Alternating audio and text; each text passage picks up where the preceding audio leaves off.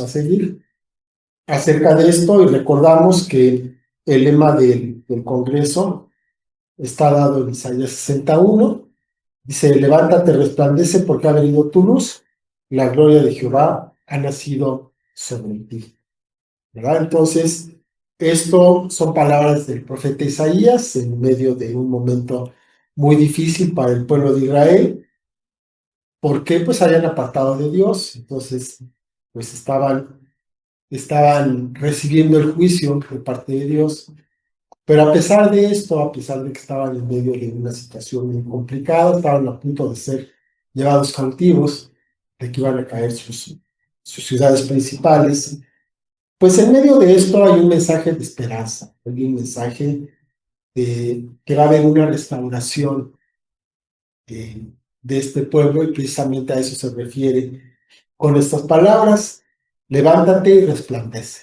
¿Verdad? Entonces, aquí vemos que son dos palabras que se refieren a dos cuestiones distintas. Primero, a que el pueblo se levante. ¿Verdad? Entonces, si se va a levantar un pueblo es porque está acostado, está sentado, no está haciendo nada. Y este llamado es a ponerse en acción, es a continuar con lo que se estaba haciendo de la manera que se estaba haciendo, y de dejar a un lado pues todas estas prácticas de apostasía, de idolatría que estaba llevando el pueblo de Israel y de Judá. Y entonces, en el momento en que este pueblo se va a levantar, entonces, solamente entonces va a comenzar a resplandecer, va a comenzar a brillar, como Dios quería que fuera aquel pueblo de Israel en medio de aquel mundo en oscuridad, aquel mundo en tinieblas. El deseo del corazón de Dios era que se levantara su pueblo escogido, y que brillara, que resplandeciera con la luz que Dios le estaba dando. Y bueno, esto que fue dado para el pueblo de Israel en aquel momento, pues Dios lo vuelve a decir el día de hoy, porque también a nosotros nos corresponde levantarnos, nos corresponde dejar atrás aquellas prácticas de idolatría, de apostasía, para que entonces podamos andar en el camino correcto, para que dejemos a un lado estas prácticas y para que podamos resplandecer con la luz que el Señor nos ha dado en medio de todo lo que vemos alrededor, de hipocresía, que se dice una cosa y se hace otra, de toda la información que vemos en las redes sociales, que pues ya no saben ni qué hacer, ¿verdad? Porque una persona te dice una cosa y otra te dice exactamente lo contrario, y dices, bueno, ¿cuál de estos dos tiene la razón? Hay que estar checando las fuentes, porque realmente cualquiera que tenga un teléfono inteligente puede subir lo que quiera, y a veces esto nos causa mucha confusión, y nos dejamos llevar a veces por corrientes que ni siquiera son verdad. Pero sin embargo, Dios quiere que nos levantemos. Dios quiere que en medio de esta situación tan caótica nos levantemos y resplandezcamos con la luz que Él ha puesto en nuestras vidas. Y les había comenzado a decir que en mi caso la luz de Dios, yo siento que se ha manifestado en muchas áreas, pero sobre todo en cuatro aspectos. Y es en cuanto a la lectura de la palabra de Dios, en cuanto al hecho de diezmar y de ofrendar, congregarse y el servicio, ¿verdad? Entonces dice la palabra de Dios en Hebreos 4:12: porque la palabra de Dios es vida, es viva y eficaz, y más cortante que toda espada de dos filos, penetra hasta partir el alma y el espíritu, las coyunturas y los tuétanos, y discierne los pensamientos y las intenciones del corazón. Desde el primer día yo recibí una Biblia que me regalaron, y la he leído todos los días. Desde aquella ocasión hace ya muchos años, no hacemos cuentas, pero fue en los 80s. Y todos los días he leído la palabra de Dios, y actualmente lo hago 2 veces por lo menos al día. Cada mañana cuando despierto todavía ando así que no sé si ya desperté o sigo soñando, me pongo a leer la palabra con mi esposa y bueno, todos los días hago mi lectura. En la noche también hago mi lectura, que no es lo último que hago, ¿verdad? Todavía puedo hacer algunas cosas más, pero leo en la mañana y leo en la noche. Y cuando estoy preparando algún estudio o algo, pues ahí estás buscando, ¿no? También acerca de la palabra. He seguido diferentes planes de lectura y por cierto, ya estamos terminando el año. Yo creo que sería un buen momento de que pues, buscáramos un buen plan de lectura para leer la palabra completa en un año. Sí se puede, no es demasiado pesado, te lleva 10, 15 minutos diarios y la vas a leer una vez al año. Si tienes 5 años en el Señor, la has leído 5 veces y así lo podríamos ver. Sería una gran bendición. En alguna ocasión tenía bastante tiempo libre y entonces nos dieron un plan de lectura que le arrancabas un taloncito cada vez que leías lo de 30 días, ¿no? Pues cada mes y depositabas en un buzón. Bueno, pues yo la leí completita en no más de 3 meses. Sí, mucho placer, pero pude haber hecho otras cosas y me puse a leer la Biblia. La luz que emana de las páginas de la Biblia ha iluminado hasta lo más profundo de mi ser. Ha llegado a ser parte importante de mi vida y es parte de mi experiencia también con Dios. He tomado la determinación de que cada palabra que está escrita en este libro precioso, en la Biblia, sea parte de mí, sea parte de mi caminar y la leo todavía con el mismo entusiasmo, con el mismo gusto que el primer día. Y eso es una gran bendición, aunque a veces nos tocan pasajes un poco complicados, bueno, no complicados, difíciles de leer, ¿no? Ya se los había comentado, como los censos, ¿no? O las genealogías. Bueno, pero en fin, a pesar de esto, es una gran bendición leer todos los días la palabra de Dios. Dice la palabra en Filipenses 4:19, mi Dios pues suplirá todo lo que les falta conforme a sus riquezas en gloria en Cristo Jesús. He diezmado fielmente. Estas palabras se las dice Pablo a los filipenses porque ellos fueron los que estuvieron apoyando durante todo el tiempo del ministerio de Pablo. Ellos estuvieron apoyando. Por eso a ellos les dirige estas palabras. Esto no se lo dice a los romanos ni a los corintios, se lo dice a los filipenses, ¿verdad? Entonces nosotros sí queremos que nos suple todo lo que nos falta, sí, pero hay una condición, ¿no? Ser dadores. Y cuando eres dador, entonces Dios se encarga de todo lo que te haga falta. Yo aprendí a conocer la fidelidad de Dios en mi propia vida, en mi propio testimonio, y no por lo que me han platicado, sino porque yo he visto la fidelidad de Dios también en este aspecto de mi vida. Siempre he estado diezmando, sea mucho, sea poco, pero no he dejado de hacerlo en ninguna ocasión. Dice la palabra de Dios en Salmo 133, del 1 al 3. Miren cuán bueno y cuán delicioso es habitar los hermanos juntos en armonía. Es como el buen óleo sobre la cabeza, el cual desciende sobre la barba de Aarón y baja hasta los bordes de sus vestiduras, como el rocío de Hermón que desciende sobre los montes de Sión, porque ahí envía Jehová bendición y vida eterna. Tampoco he dejado de congregarme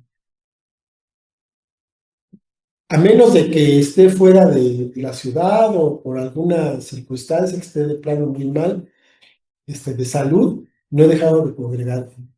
Para mí, híjole, no puedo concebir así que un día diga, un domingo, ay, pues hoy tengo flojera, a mí no voy a ir. Eso no puede ser. No va conmigo. No puede ser que esto ocurra. Además, pues cada vez que me invitan a algún lado, pues yo voy. O sea, nada más me invitan, oye, va a ver esto, sí, cómo no, ya estoy, ¿verdad? Y lo tomo como algo personal, como algo que tengo que hacer. Por ejemplo, los congresos ahora que hemos estado yendo los últimos años a Sonora, Pues para mí es un mandato. O sea, si mi apóstol me dice que tengo que ir, pues tengo que ir. Y no hay para dónde moverle. Es una, una obligación y también es una bendición. Porque ya estando allá, se te olvida todo lo que pudo haber antes y dices, qué bueno que hiciste, qué bueno que así estoy. Y el último punto, que es el que no había tratado con ustedes, está en Juan 12:26. Si alguno me sirve, sígame, y donde yo estuviere, allí también estará mi servidor. Si alguno me sirviere, mi Padre le honrará. Y bueno, pues aquí nos tenemos que ir desde los mismos orígenes, cuando yo comencé a congregarme, en donde yo estaba, donde nos congregábamos antes, era una iglesia muy grande. Entonces, tenían 3 reuniones, a las 8, a las, ¿qué? 11:30 y a la 1 por ahí. Entonces, entre una y otra había clases dominicales. Entonces, pues, las empecé a tomar, me bauticé, todo el asunto, y tomé una clase que se llamaba Cómo compartir tu fe. Yo no sabía que era el inicio de un ministerio, pero la tomé. Y resulta que cuando acabé, ya nos dan ahí algunas cuestiones importantes. Nos dicen, bueno, pues nos vemos el sábado, aquí a las 8 de la mañana, porque nos vamos a ir a la Jusco y vamos a ir a compartir. Órale, pues vamos a poner en práctica lo que habíamos aprendido. Y fuimos y fue una bendición, fue una nueva experiencia para mí. Y fue algo muy hermoso ver cómo pues Dios va tocando los corazones de las personas para que se vuelvan a Él. En aquel tiempo estaba apenas iniciando esta iglesia ahí en la Jusco y después de varios años ya tenía 300, 400 personas que estaban asistiendo. O sea que aquella labor de varios años de estar yendo dio fruto. A partir de ahí me empecé a involucrar en el servicio de la iglesia. Eh, estábamos en el área de seguimiento. ¿Qué es esto de seguimiento? Bueno, como era una comunidad muy grande, cuando se hacía el llamado, siempre había personas nuevas, ¿verdad? Entonces los llamamos aparte, les dábamos alguna plática breve, les tomábamos sus datos y era cuestión de hablarles por teléfono para decirles que estábamos orando por sus necesidades. Y esto también lo hicimos durante un buen tiempo. Ahí mi hermano estuvimos juntos en este equipo de seguimiento durante varios años. Después entré al servicio de la librería y ahí fui cajero. Yo estaba en la caja, ¿no? Durante varios años estaba ahí y ese fue un trato muy especial de parte de Dios. Este, el trato con los hermanitos, créanme que no es tan fácil, no es tan simple. Y la caja menos. Entonces, era bueno y fue ahí un tiempo muy importante para el aprendizaje para mí. Después estuve como coordinador en un grupo en casa. En este grupo en casa estaba acá por los rumbos de Pastores, en el Estado de México. Y ahí dio la casualidad de que un tiempo después, pues ahí conocí a mi esposa. Fíjense nada más. Qué maravilla, yo no sabía lo que iba a pasar, pero pues así fue la cosa. Después, este, supervisamos como pareja, supervisamos varias iglesias de la zona en la que nos estábamos desarrollando, por aquí en el Estado de México, en Ciudad de México, y ahí estuvimos también algunos años. Tomé el Instituto Bíblico los sábados, de las 8 a las 3 de la tarde, durante 3 años, y fue algo muy, muy impresionante, diría yo, porque no nada más es el conocimiento que se adquiere, sino pues toda la experiencia de estar llevando un estudio más formal de la palabra de Dios y aplicarlo a diferentes áreas de nuestra vida. La esposa también estuvo ahí, ella entró un año después, Entonces yo estuve mis 3 años y luego un año más acompañando a la esposa. Y después nos pusimos, pues yo me puse a asistir al director general. Entonces, pues ya que estaba ahí, pues me metí otra vez. Entonces esto se dio cuenta el director y me dijo, y pues sí. Entonces yo lo apoyaba, calificar exámenes, cosas así, ¿no? Y de vez en cuando alguna clase. Y fue también un buen tiempo, no sé, yo creo que fueron como unos 5 años de estar yendo los sábados a esto. Y también fue un tiempo muy, muy, muy provechoso y muy bueno para mi formación. Después hubo algunos problemas en esta congre, en este instituto, entonces tuvimos que dejarlo. Fue un mal trago que tuvimos que pasar y nos estuvimos congregando en una iglesia pequeñita durante varios años, como 5 años, con una persona que fue pastor de la esposa. Entonces con él estuvimos también un tiempo y ahí, pues ¿qué hacíamos? Ahí llegábamos tempranito y ayudábamos a bajar todas las cosas, porque había que quitar y poner cada 8 días. Entonces había que bajar de la camioneta, ponerlo en el lugar donde iba, conectar, poner mesas, sillas, todo el asunto. Y esto lo estuvimos haciendo durante 5 años y poníamos también las letras de las canciones y los versículos y pues ahí siendo útiles en lo que podíamos hacer. Recibimos el llamado para ser ministros del Señor desde hace ya algunos años y pues aquí estamos, también sirviendo al pueblo de Dios en esta iglesia Puerta del Cielo. Siempre hemos tenido un corazón dispuesto para ayudar, para aprender lo que otras personas tienen que compartir con nosotros. Y hemos entendido que, pues como el Señor Jesús decía, ¿no? ¿Quieres ser el mayor de todos? Pues ponte a servir. Y eso desde muy, muy al principio lo entendimos y lo hemos tratado de hacer en la manera en que podemos. A veces ni siquiera son cosas que están establecidas, pero que pues el momento surge y el momento se tienen que hacer. En alguna ocasión, en esta congre grande, pues salió un auditorio más o menos como de 1,500 personas. La parte de arriba, que eran como 500, y la parte de abajo como 1,000, más o menos. Nunca las conté, pero más o menos. Entonces estaban haciendo unas remodelaciones en la parte frontal y para esto sacaron todas las sillas. Entonces yo llegué un miércoles, llegué mucho antes de que empezara todo, empezaba a las 8, yo creo que llegué como a las 6 y estaban todas las sillas afuera. Y me asomé y dije, bueno, ¿qué onda? ¿Van a suspender la reunión? ¿Qué va a pasar? Y ahí me quedé un rato.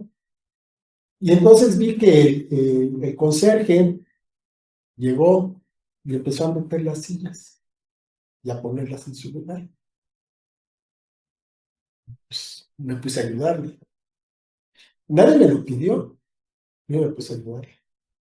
Y ahí estuvimos como una hora metiendo sillas. Metimos más de la mitad. Y ya después llegaron otras personas y empezaron a ayudar.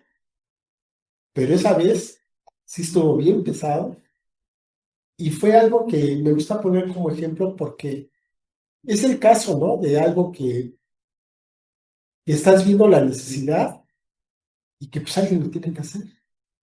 No te puedes quedar ahí sentado y diciendo, dale, amigo, ya te faltan menos.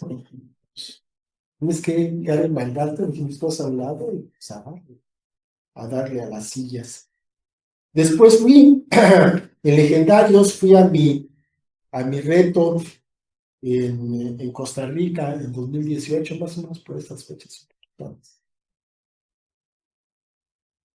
Y después de eso, fui a servir en el TRAC de Guadalajara 11 veces, de las cuales 10 fueron en forma consecutiva. ¿Hacer qué? Pues a servir, ayudar en lo que se pudiera. Estaba en una comisión que se llama logística y ahí haces pues todo, todo lo que no se le ocurra hacer a los demás, lo vas a hacer tú para que todos salgan. Entonces, pues el servicio, ¿qué les puedo decir? El servicio es parte de la formación de cualquier hijo de Dios. Un hijo de Dios que no sirve, pues, ¿qué les puedo decir? Pero yo creo que le faltaría.